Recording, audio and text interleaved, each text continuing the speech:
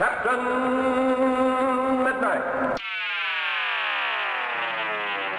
So, in the middle of working on a few different videos, this happened. And I knew I wanted to cover it as soon as possible. Netflix has announced they're buying Warner Bros. Discovery for nearly $83 billion. This is easily the biggest deal in Hollywood since Disney bought Fox and would supercharge the trend of consolidation that the industry has already seen ramp up like crazy in the past decade or two. Movies, TV, comics, gaming, this purchase has major implications everywhere. It's actually kind of overwhelming to think through all the possible ramifications. But I do want to keep saying the word could, not will here, because while Netflix is acting like this has already happened, announcing it everywhere as if it's basically a done deal, I think they have some major obstacles in actually seeing this through. Luckily for them though, that may not even matter, as there is an upside for Netflix even if this deal collapses altogether. There's plenty to unpack, and I'm going to try to cover a lot of it here. Oh, and while this was being edited, the news about Paramount launching a hostile takeover bid dropped. I will address that later, but this video will mostly be about Netflix. If you want to stick around for that, thank you, and if you find yourself watching my videos and haven't subscribed yet, consider hitting that button, clicking the bell, and all that good stuff. 2025 has been a weird year for just about every creator on here, and it would go a long way. All that said, let's get into it. I want to get into the Netflix of it all in a minute, but first, I think it's important to understand how we got here in the first place on the Warner Brothers side. If your reaction to the 2022 takeover of Warner Brothers by Discovery was that it seemed really weird to you, like how could the owners of Ghost Adventures buy the owners of Batman? Your skepticism was well founded, because yeah, that didn't make much sense. Discovery was in the dying linear cable industry, and to oversimplify a lot of boring business stuff, they took on billions of dollars of debt that they couldn't really sustain in order to make the deal happen. It's worked out incredibly well for CEO David Zaslav, who has positioned himself for giant paydays time after time. But it seems like it was a giant mess for Warner Brothers itself, which, to be fair, wasn't doing so hot when AT&T ditched them either. But, you know, they did have a string of theatrical hits in 2025, a year where those were hard to come by. I want to talk about that more in a minute, but first, what is Netflix actually getting here? There's Warner Brothers Film Studio with over a century of history and one of the world's greatest libraries. HBO, which is maybe the most prestigious brand in American TV history, HBO Max and its 128 million subscribers, DC Comics, Harry Potter, Game of Thrones, Friends, The Matrix, Looney Tunes, the list just goes on and on. What they're not getting is a bunch of those still profitable but declining cable channels, which are being saddled with debt and spun off into their own thing. I'm really fascinated to see what happens to all of that stuff, as a cable TV sicko, but basically no one else seems to care, which I guess is fair. What would this deal going through mean for Hollywood? Well, I think it's safe to say that it would put the remaining studios, especially Netflix, in a more powerful position than any have been in our lifetimes. This is really 1940s stuff, before the government ruled that studios couldn't vertically integrate, own the theaters, and keep competitors out. A rule that is gone now, by the way. Overall, it would mean reduced competition and the talent having less leverage than ever. And that leverage matters, especially if you care about movie theaters. This week, I watched the new Knives Out movie, which is out for a very short time before it jumps directly to Netflix. And it wasn't at my usual AMC, because with some exceptions and some special events here and there, AMC will not accept the ultra-short theatrical windows that Netflix wants to maintain. Now, I know some of you out there do not value the theatrical experience as much as I do. Maybe you'd be thrilled if everything went straight to streaming right away. I don't agree, but I can understand that perspective. You know who generally doesn't like that approach, though? Film directors. And this is a very fine line that Netflix has been trying to walk for years. Especially as movies dropped onto the app have often had a hard time gaining much traction and breaking through in the way that theatrical experiences have had.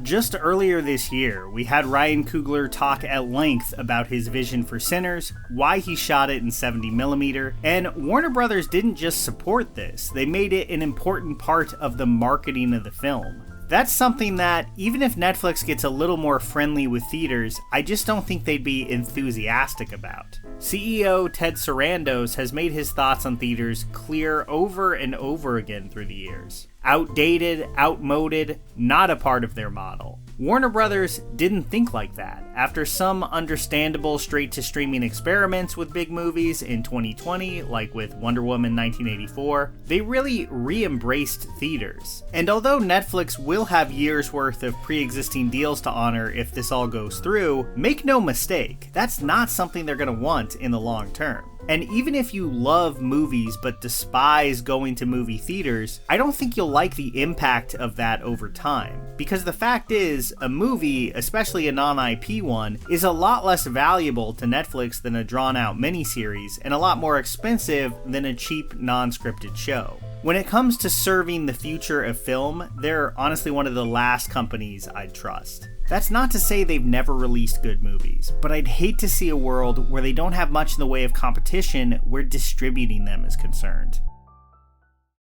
Then there's the TV side of things, which, if you know me, you know I care about a lot. Netflix owning HBO sounds, bad. Now, okay, I want to be fair here, so I'll say this. In the last few years, it's been very clear that the HBO development team has been under pressure from their existing corporate overlords to create more IP-driven television, tying into Warner's vast catalog, with things like The It Show, more Game of Thrones, and The Penguin. Now, for the most part, I think they've pulled this off. They're very good at what they do. But a lot of the weirder, riskier ideas are now cropping up more in the cheaper half-hour dramedy format, the Chair Company being a great recent example. But with the hour-long dramas, I really think they have been playing it safer these days. So I'm not going to pretend that Netflix would be buying the HBO of the 2000s or the 2010s here. Still, my guess, and it is just a guess, is that under Netflix, these trends would just be supercharged. I don't know how much HBO has been influenced by the data gathering done by HBO Max, but I do know that Netflix is absolutely obsessed with its own algorithm, its data, and the concept of second screen viewing. I think it's very possible that they try to force some or all of that onto HBO, and that stuff becomes more important to them than the taste and judgment of the HBO team.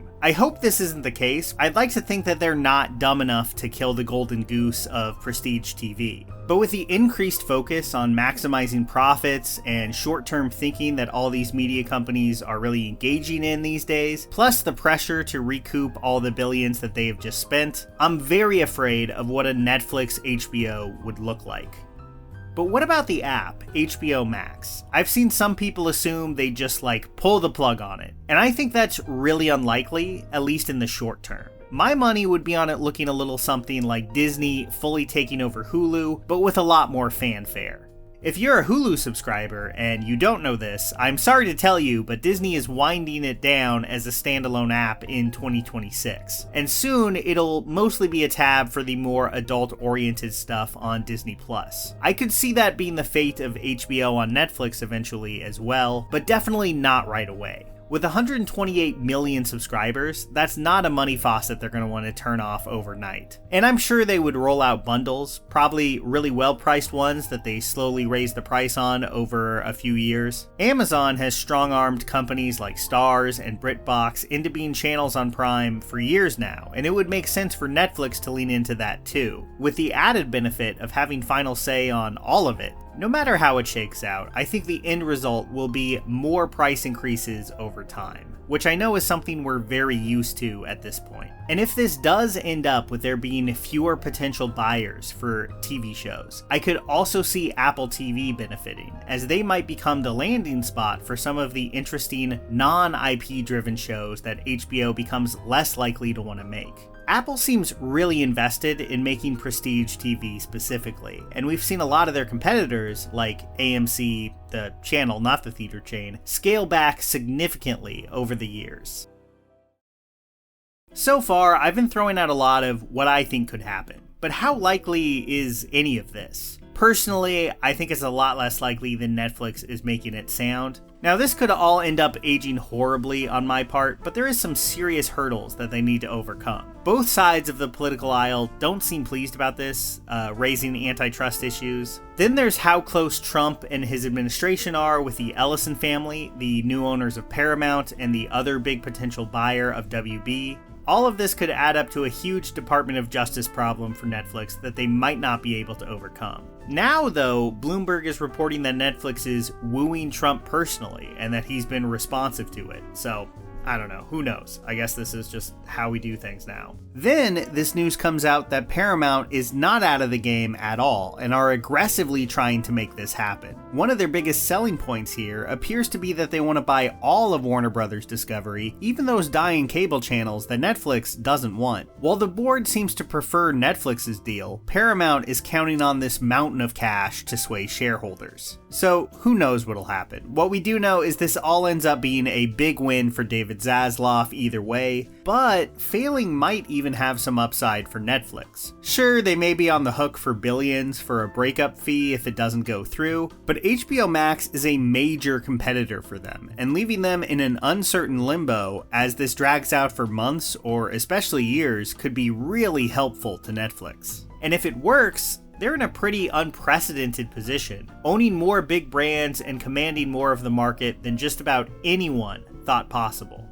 I gotta be honest, I don't know what I want to happen here, or what a good outcome would look like. I don't want Netflix to own Warner Brothers. I don't want Paramount to own Warner Brothers. And it's clear that Warner Brothers can't really continue under its current regime, who, I think, have been looking for a big sale since the moment they took over. It just seems inevitable that more Hollywood consolidation is around the corner no matter what. That's kind of a grim conclusion, but it also seems inescapable at this point. Here's hoping that some of the smaller studios remain independent and come to fill the gap left behind by the ever-shrinking, ever more IP-driven major studios. So I've been talking it up for a while now, and it's finally out. You should absolutely go watch The Dinner Plan. If you haven't heard about it yet, it's Patrick H. Willems' new film, a comedy about trying to appear as normal as possible at a boss's dinner party and everything spiraling out of control. If you know his style, you already know to expect something clever, funny, and just the right amount of uncomfortable. And he delivers on all fronts. The cast is fantastic: Griffin Newman from the Blank Check podcast, Zach Cherry from Severance and You, and John Hodgman, one of the funniest people alive. They're a perfect mix in a movie built around absurdly escalating cringe comedy. You can stream The Dinner Plan right now on Nebula. And the best part is that Nebula now offers a free trial, so you can check it out completely free. And if you want to stick around, memberships are currently 50% off for both yearly and lifetime plans. For yearly, that just means $30 a year, $250 a month. So use my link go.nebula.tv/captainmidnight. You'll also get my videos ad-free, including exclusives like my hot take on the new Buffy reboot. If you've ever wanted to dip your toe in Nebula and check it out, there's never been a better time. Here's a special tip for the fellas and girls who have not already joined Captain Midnight's new 1940 Flight Patrol. You'd better hurry up and join at once, because there's a big adventure ahead. The thing to do now is to get started, because we're going to have not only barrels of fun, but loads of free gifts and prizes, too.